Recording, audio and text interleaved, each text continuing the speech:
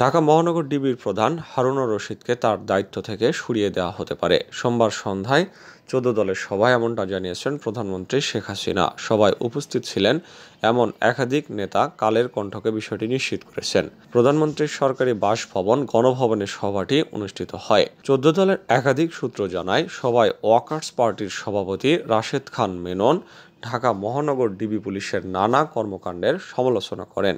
যাকে তাকে ডিবি কার্যালয়ে নিয়ে যাওয়া এবং পরবর্তীতে তা সামাজিক যোগাযোগ মাধ্যমে ছড়িয়ে দেওয়ার সমালোচনা করেন মেনন। তিনি বলেন, রাজনৈতিক বিষয়গুলো রাজনৈতিকভাবেই সমাধান করতে হবে, ডিবি কেন এসবের মধ্যে জড়াবে।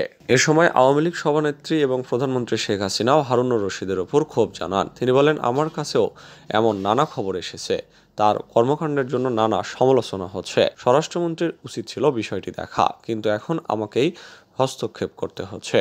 তাকে সরিয়ে দিতে বলবো। জানতে চাইলে ১৪ দলের একজন শীর্ষ নেতা নাম প্রকাশ না করার শর্তে কালের কণ্ঠকে বলেন, প্রধানমন্ত্রী হারুনের উপর খুবই বিরক্ত, তাকে পদ থেকে সরিয়ে দেওয়া হবে বলে জানিয়েছেন প্রধানমন্ত্রী।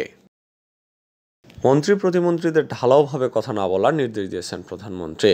সোমবার প্রধানমন্ত্রী শেখ হাসিনার সভাপতিত্বে তার কার্যালয়ে অনুষ্ঠিত মন্ত্রিসভার বৈঠকে তিনি এই নির্দেশনা দেন। মন্ত্রিসভার অনির্ধারিত আলোচনায় গতকাল কোটা সংস্কার আন্দোলনের চলমান পরিস্থিতি স্থান পায়। এ নিয়ে মন্ত্রীদের সঙ্গে পৃথক আলোচনা করেন প্রধানমন্ত্রী শেখ হাসিনা।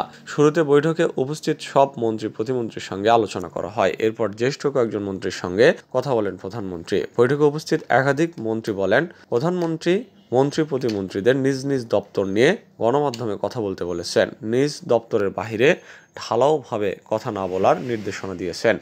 এছাড়া ছাত্রদের প্রতি নমনীয় আচরণ করতে বলা হয়েছে। তবে ছাত্রদের ব্যানারে ঢুকে কেউ সন্ত্রাসী কার্যকলাপ এবং ধ্বংসাত্মক কাজে জড়িত হলে তার বিরুদ্ধে কঠোর ব্যবস্থা নেওয়ার নির্দেশ দিয়েছেন তিনি। প্রত্যেক মন্ত্রণালয়ের ক্ষয়ক্ষতির হিসাবও করতে বলা হয়েছে। বৈঠক শেষে চলমান পরিস্থিতির বিষয়ে জানতে চাইলে আইনমন্ত্রী আনিসুল হক কালের কণ্ঠকে বলেন, শিক্ষা প্রতিষ্ঠান যেভাবে ভাঙচুর করা হয়েছে তাতে এখনই খোলার কোনো সুযোগ নেই। ঢাকা বিশ্ববিদ্যালয় এবং অন্যান্য বিশ্ববিদ্যালয়ের জানালা দরজা যেভাবে ভাঙা হয়েছে তাতে আগামী ৬ মাসেও ক্লাস করা সম্ভব কিনা সেটা দেখে এসে বলেন।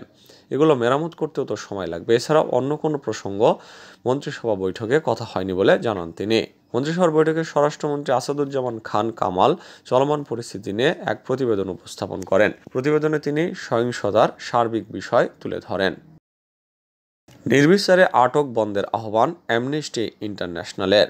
কোটা সংস্কারের দাবিতে আন্দোলনকারী শিক্ষার্থীদের গণগ্রেপ্তার এবং নির্বিচারে আটক করা হচ্ছে বলে উল্লেখ করেছে আন্তর্জাতিক মানবাধিকার সংগঠন অ্যামনেস্টি ইন্টারন্যাশনাল। সংগঠনটি বলছে, বাংলাদেশে যে ভয়ের পরিবেশ রয়েছে তা আরও জোরালো করতে গণগ্রেপ্তার এবং আটককে হাতিয়ার হিসেবে ব্যবহার করছে। সংগঠনটি বলছে, বাংলাদেশে যে ভয়ের পরিবেশ রয়েছে তা আরও জোরালো করতে গণগ্রেপ্তার এবং আটককে হাতিয়ার হিসেবে ব্যবহার করছে কর্তৃপক্ষ। সোমবার অ্যামনেস্টি ইন্টারন্যাশনালের ওয়েবসাইটে প্রকাশিত এক প্রতিবেদনে এই কথা বলা হয়। প্রতিবেদনে অ্যামনেস্টি ইন্টারন্যাশনালের দক্ষিণ এশিয়া অঞ্চলের পরিচালক স্মৃতি সিং বলেন, আন্দোলনকারী শিক্ষার্থীদের গণগ্রেপ্তার ও নির্বিচারে আটক করা হচ্ছে। বিভিন্ন প্রতিবেদন মতে এই গ্রেপ্তারগুলো সম্পূর্ণ রাজনৈতিক উদ্দেশ্য প্রণোদিত। সরকারকে চ্যালেঞ্জ করার সাহস করেন এমন যে কারো মুখ বন্ধ করতে এই পদক্ষেপ নেওয়া হয়েছে। এই প্রসঙ্গে ভয়ের পরিবেশকে আরও জোরালো করতে গ্রেপ্তার এবং আটককে একটি হাতিয়ার হিসেবে ব্যবহার করা হচ্ছে।